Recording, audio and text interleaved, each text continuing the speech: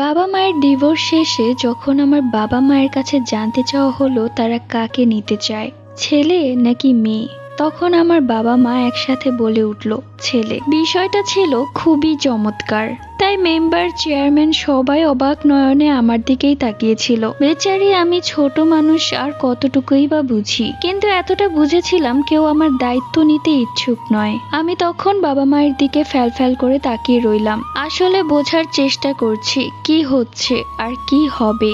অবশেষে সবাই ঠিক করলেন যেহেতু ছোট ভাই সে মায়ের কাছে থাকবে আর আমি বাবার কাছে থাকবো। অবশেষে মা চলে গেলেন আর যাবার সময় তৃপ্তির হাসি দিলেন মুখে, আর বাবা মুখ কালো করে চলে গেলেন। সেই দিন থেকে শুরু হলো আমার নতুন জীবন। বাবা নিজের দায়িত্ব তার বাবা মা এবং ভাই বোনের ওপর চাপিয়ে দিয়ে চলে গেলেন ঢাকা। আহা জীবন! আমার ছোট্ট কিশোরী মনটার মৃত্যু হতে শুরু হলো সেই দিন থেকে। অবহেলা অপমান আমার নিত্যদিনের সঙ্গী। আমি ছিলাম দাদা দাদির ঘাড়ের উপরের বোঝা। আমাকে তারা কেন জানি সহ্য করতে পারতেন না। পান থেকে চুন ঘষলেই শুনতে হতো ঠিক মায়ের মতো হয়েছে, খারাপের পেটে খারাপই হয়। মুখে ভাত আর চোখে জল ছিল আমার সব থেকে আপন।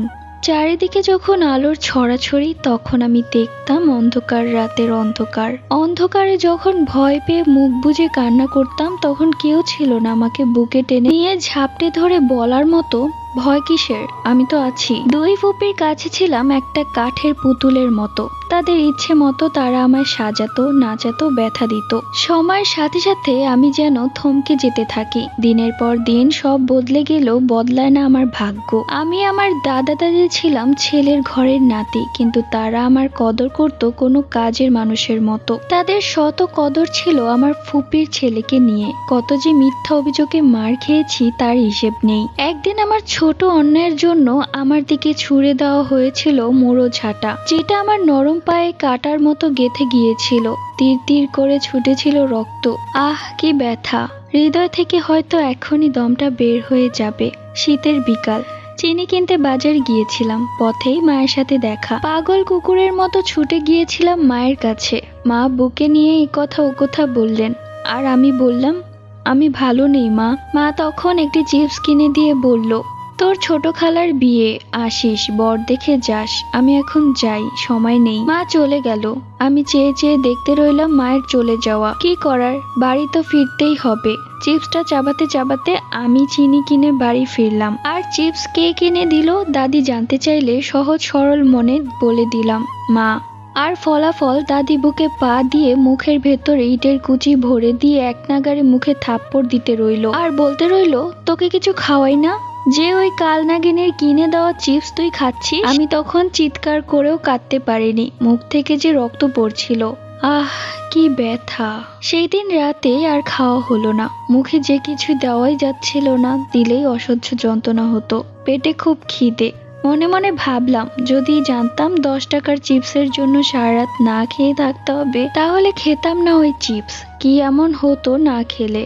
আর আমার বাবা, সে কি জানতো আমি কেমন আছি? শুধু দায় এড়াতে মাঝে মাঝে ফোন দিত, আর আমার সাথে যতটুকু সময় কথা বলতো তা ছিল সামান্য থেকেও সামান্য। আমি কেমন আছি সেই খবর নেওয়ার মতো কেউ নেই। মাস্টার ছিল না, তবুও ভালো রেজাল্ট নিয়ে বাড়ি ফিরতাম, কিন্তু কেউ রেজাল্ট হাতে নিয়ে বাহ বাহ বলেনি। কেউ কপালে চুমু দিয়ে বলেনি সামনে আরো ভালো করতে হবে। দিন শেষে মুখ গুজে কাদার মতো কোনো আশ্রয় ছিল না। এভাবে কেটে গেল 6 বছর। বাবা দেশে বেড়াতে এলেন। 6 বছরে মোট 6 বার এসেছেন, আমি গুনে রেখেছি। এটা ঠিক, তিনি ঢাকা গেলে ঠিক মতো আমার খোঁজ না নিলেও এখানে বসে বেশ আদর যত্ন করতেন। আর তখন বাড়ির সবার রূপ পরিবর্তন হয়ে যেত। তখন সবার মুখ থেকে ঝরতো মধু। কি সুন্দর অমায়িক ব্যবহার আমার সাথে, দেখে মন প্রাণ সব জুড়িয়ে যেত। এরই মধ্যে ভাইকে নিয়ে আসা হলো মায়ের থেকে। বাবা আর তার ভাইয়ের কিছু বিষয় নিয়ে ঝগড়া হলো। বিষয়টা আমাদের দুই ভাই বোনকে নিয়েই ছিল। এক পর্যায়ে ছোট বিষয়টা অনেক বড় বিষয় হয়ে দাঁড়ালো। আর এক সময় বাবা আমাদের নিয়ে বেরিয়ে এলো অন্যত্রে। ঘর ভাড়া নিল। শুরু হলো বাবা সন্তানের সংসার। একলা এভাবে কতদিন? এভাবে কি থাকা যায়? এখন একটা বিয়ে করা উচিত। কথাগুলো আমার নয়, পাড়া প্রতিবেশীর। ঠিক হলো বাবা বিয়ে করবে। ঠিক হতে দেরি, বিয়ে হতে দেরি হলো না। ছোট আয়োজনে বিয়ে হলো বাবার। এর মাঝে অনেক নাটক হয়েছিল যা আমার বাবা মা করেছিল, আর সেটা হলো মা ফিরবে বাবা নিবে, বাবার শর্ত মাকে ক্ষমা চাইতে হবে আর মা ক্ষমা চাইবে না। দুজনের ইগো সর্বশেষ, তারা কেউ নিজের ইগোকে নত করেনি, আর তাই তাদের নতুন করে আর মিলও হয়নি। বাবার নতুন বউ, নতুন সংসার, বেশ ভালোই আছেন বাবা।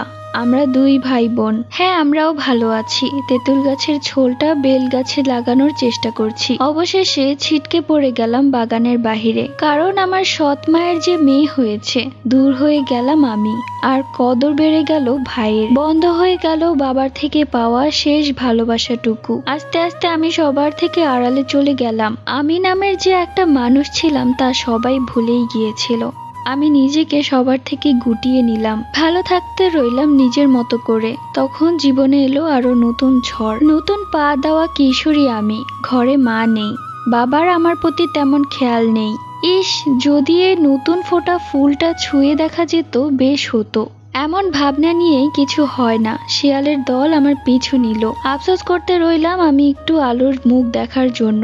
কেউ বিচ্ছিরি ভাষায় কথা বলতো, কেউ বা দিত টাকার অফার। আমি যেন তাদের কাছে হয়ে উঠলাম বাজারে ওঠা নতুন আমের মতো, যা তাদের চাই চাই। কেউ ছিল না আমাকে আগলে রাখার মতো ওই শিয়ালের দল থেকে। কখনো আমাকে তাদের